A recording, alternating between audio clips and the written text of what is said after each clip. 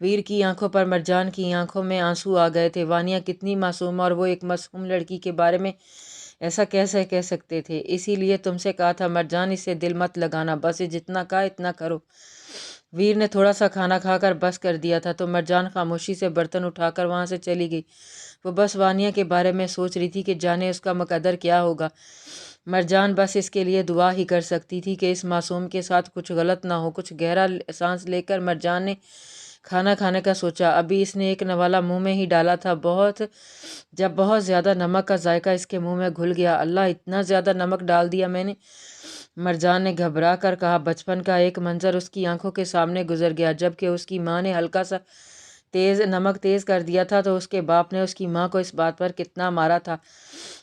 مرجان نے تو اتنا نمک تیز کیا تھا کہ کیا ویر بھی اسے؟ یہ سوچ کر مرجان گھبرا اٹھی اور ویر کے کمرے میں آئی اور بے چینی سے دروازہ کھٹکھٹانے لگی۔ کیا ہوا؟ ویر کی کتائی ہوئی آواز پر مرجان مزید گھبرا کر اور زور سے دروازہ کھٹکھٹانے لگی۔ اچانک ہی ویر نے دروازہ کھولا تو مرجان دروازہ کھلتے ہی شروع ہو گئی۔ مجھے معاف کر دیں، غلطی سے اتنا تیز نمک ہو گیا۔ میں نے جان کے ویر پر نظر پڑتے ہی مرجان کی زبان کو بریک لگا۔ وہ شاید کپڑے بدل رہا تھا کیونکہ جسم پر کپڑوں کے نام پر بس ایک شلوار تھی جبکہ چوڑا سینہ عیاں ہو رہا تھا۔ مرجان کے رخسار دہہ کر گلابی ہو گیا اور اس نے اپنا سر جھکا لیا۔ شرم سے گلابی ہوئی وہ اس قدر حسین لگ رہی تھی کہ نہ چاہتے ہوئے بھی ویر نے اس کی ٹھوڑی کے نیچے انگلی رکھ کر اس کا چہرہ اونچا کیا تھا۔ کپکپاتی ہوئی بند پلکوں اور تھرتھراتے ہوئے ان گلابی ہونٹوں کا رقص ویر کو بے چین کر رہا تھا۔ بے ساختہ اس کی پکڑ مرجان کی ٹھوڑی پر سخت ہوئی۔ کیا کہہ رہی تھی تم؟ ویر کی نظروں کا فوکس ان پھولوں جیسا گلابی ہونٹوں پر تھا۔ وہ میں نے کھانے میں نمک غلطی سے زیادہ کر دیا تھا، آئندہ ایسا نہیں ہوگا، مجھے معاف کر دیں۔ مرجان نے آنکھیں کھولے بغیر کہا اور اس حسین چہرے کو دیکھ دیکھ کر ویر کا دل بے چین ہو رہا تھا۔ ان کی شادی کو 1 سال سے زیادہ کا وقت ہو چکا تھا، اس لیے آج تک ویر نے اسے نظر بھر کے بھی نہیں دیکھا تھا، کہیں جذبات بے لگام نہ ہو جائیں۔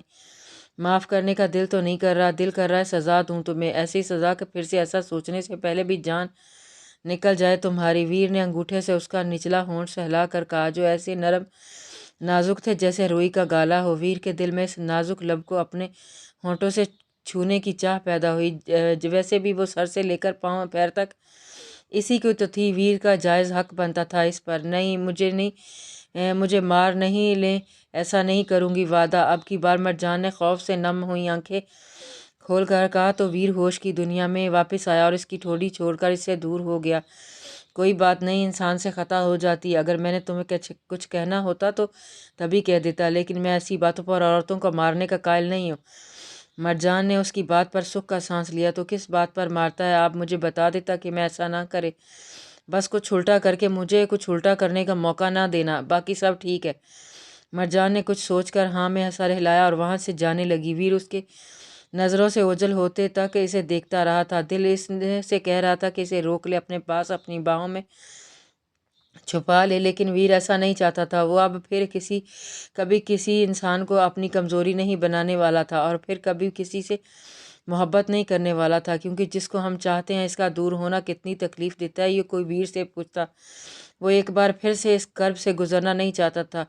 مرجان روز ہی وانیہ کو کھانا دینے جاتی اور اگر وہ ایسا نہیں کر پاتی تو اس کی ماں یا گل اسے کھانا اور کپڑے دے آتے تھے۔ اب تک مرجان کی اس سے کافی دوستی ہوگی، وہ معصوم سی گڑیا تھی ہی اتنی پیاری، ہر وقت ڈری سہمی رہتی تھی۔ مرجان کا دل کرتا تھا کہ وہ اس کی مدد کرے تاکہ وہ اپنے گھر والوں کے پاس واپس جا سکے، لیکن مرجان کیا کر سکتی تھی؟ وانیہ نے اسے اپنے گھر والوں کے بارے میں بتایا تھا، سب اسے کتنا پیار کرتے تھے، اس کی بہن اور اس کی ماں تو جان چھڑکتی تھی اس پر، اور اس کے بابا ذرا سخت تھے لیکن وہ بھی اسے بہت پیار کرتے تھے۔ وانیہ کی اس بات پر مرجان کے دل میں حسرت پیدا ہوئی کہ باپ کی محبت کیا ہوتی ہے۔ مرجان تو اسے واقف ہی نہیں تھی۔ ابھی بھی وہ وانیہ کے پاس بیٹھے باتیں کر رہی تھی، وہ دونوں ایک دوسرے کے بہت قریب ہوتی جا رہی تھی۔ مرجان کا وجود وانیہ کا خوف بھگا دیتا تھا، تو وانیہ بھی مرجان کی تنہائی کی ساتھی بن چکی تھی۔ تو تمہارا بہن بالکل تمہارے جیسا دکھتا ہے؟ مرجان نے پوچھا تو وانیہ نے صحابت میں سر ہلایا۔ آج وانیہ مرجان کے دیے گلابی رنگ کے شلوار کرتے میں ملبوس تھی جس پر رنگ برنگے دھاگوں کی کڑھائی اور شیشوں کا کام ہوا تھا۔ اس لباس میں وانیہ بہت پیاری لگ رہی تھی۔ ہائے، ہانیہ دیکھنے میں بالکل میرے جیسی ہے لیکن وہ بہت بہادر ہے، اگر میری جگہ وہ ہوتی نا تو ابھی تک اس راگا کا سر پھاڑ چکی ہوتی۔ وانیہ نے منہ بنا کر کہا تو مرجان ہنس دی، پھر گھبرا کر اپنا ہاتھ وانیہ کے ہاتھ پر رکھا۔ وہ تمہیں کچھ کہتا تو نہیں راگا لالا، کہیں وہ تمہارا ساتھ ہے؟ مرجان اپنی بات مکمل نہیں کر پائی، لیکن پھر بھی وانیہ نے اس کی بات سمجھ کر انکار میں سر ہلایا۔ نہیں وہ ایسا نہیں، مجھے ہاتھ تک نہیں لگاتا، بس مرجان نے وانیہ کے خاموش ہو جانے پر پوچھا۔ بس انتہائی بے شرم آدمی ہے، ایسی باتیں کرتا ہے نا، دل کرتا ہے سوئی دھاگے سے منہ ہی سی دوں اس کا۔ مرجان اس کی بات پر ہنس دی۔ ویسے اتنا برا بھی نہیں راگا لالا، پہلے مجھے لگتا تھا بہت برا اور ظالم ہے، لیکن جب سے فوج کے پاس سے آیا ہے مجھے تو اچھا لگتا ہے۔ مرجان نے شرارت سے کہا، ہاں فوج سے جوتے جو پڑے ہوں گے اس لیے سدھر گیا ہے۔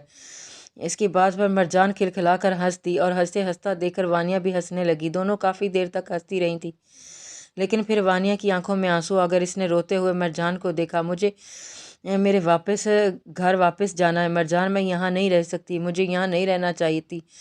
وانیہ کے رونے پر مرجان نے اس کے ہاتھ پر اپنا ہاتھ رکھا۔ مجھے معاف کر دو وانیہ، میں ایسا کچھ نہیں کر سکتا، لیکن یقین جانو اگر کچھ کر سکتا تو ضرور کرتا۔ مرجان کی بے بسی پر وانیہ اپنے گھٹنوں میں چہرہ چھپایا اور رونے لگی، جبکہ اسے روتا دیکھ کر مرجان بھی دکھی ہو چکی تھی، لیکن وہ کر بھی کیا سکتی تھی؟ باہر کھڑے شخص نے گہری سیاہ نگاہوں سے ان دونوں کو دیکھا تھا، جبکہ وہ دونوں اس سے بے خبر تھیں۔ رات کافی گہری ہو رہی تھی، ویر شاید اپنے کام سے کہیں گیا ہوا تھا اور مرجان کو اکیلا ہونے کی وجہ سے نیند نہیں آ رہی تھی۔ ویسے تو کسی کی جرت نہیں تھی کہ ویر کی غیر موجودگی میں اس کے گھر کی جانب آنکھ اٹھا کر بھی دیکھ لیتا، لیکن پھر بھی وہ تنہائی مرجان کو کھانے کو دوڑ رہی تھی۔ اچانک ہی مرجان کو لگا کہ کوئی دروازہ کھٹکھٹا رہا ہو۔ مرجان گھبرا کر اٹھی اور پاس پڑی لالٹن جلا کر گھڑی پر ٹائم دیکھا، جہاں رات کے 2 بج رہے تھے۔ اس وقت کون ہو سکتا ہے؟ مرجان نے گھبرا کر سوچا۔ دروازہ دوبارہ آہستہ سے بجا۔ مرجان گھبرا کر اٹھی اور دوپٹہ اچھی طرح سے لے کر دروازے کے پاس آئی۔ کون ہے؟ مرجان نے گھبرا کر پوچھا۔ میں ہوں، ویر کی آواز پر مرجان نے سکھ کا سانس لیا اور دروازہ کھول دیا۔ اس کے دروازہ کھولتے ہی کالی چادر میں لپٹا ایک آدمی گھر میں داخل ہوا اور اس نے دروازہ بند کر لیا۔ اسے دیکھ کر مرجان کا دل خوف سے بند ہوا، کیونکہ وہ اس کا شوہر تو کنٹینیو جاری ہے۔